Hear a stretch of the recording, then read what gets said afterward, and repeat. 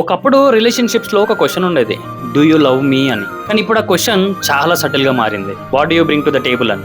ఈ modern రిలేషన్షిప్స్లో emotion కన్నా value exchange ఎక్కువైపోయింది. అతను ఎర్న్ చేస్తాడంటే ఎంత ఎర్న్ చేస్తాడంటారు, తను చూడడానికి బాగుందంటే ఎంత బాగుందంటారు, స్టేటస్ ఏంటి, ఫాలోవర్స్ ఎంత, నెట్వర్క్ ఉందా, నెట్వర్క్ ఉందా, ఇవన్నీ కూడా చూస్తున్నారు. లవ్ అనేది సైలెంట్గా ఎవాల్యుయేట్ అవుతుంది.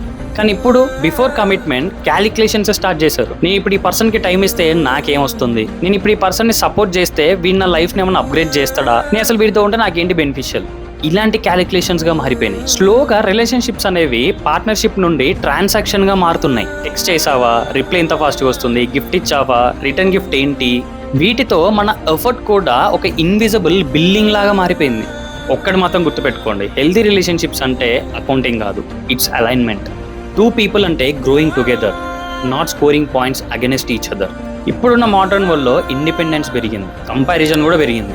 ఈ సోషల్ మీడియాకి అడిక్ట్ అయిపోయి మన ఎక్స్పెక్టేషన్స్ అనేవి అన్రియలిస్టిక్ అయిపోయినాయి. Couple goals, luxury trips, perfect proposal, ఇవన్నీ చూస్తూ మన రిలేషన్షిప్ని ఎక్స్పీరియన్స్ చేయకుండా పర్ఫామ్ చేస్తున్నాం. And when this performance stops, మనకు ఆ పర్సన్ పైన ఇంట్రెస్ట్ కూడా పోతుంది. రియల్ లవ్ అనేది ట్రాన్సాక్షనల్ కాదు, it's intentional. It always asks, can we build together, not what can I extract. రిలేషన్షిప్లో పీస్ కన్నా ప్రాఫిట్ ముఖ్యమైతే it's not love, it's a deal.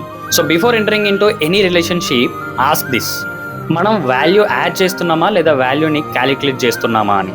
Because when love becomes business, emotions become liability. Choose connection, not convenience.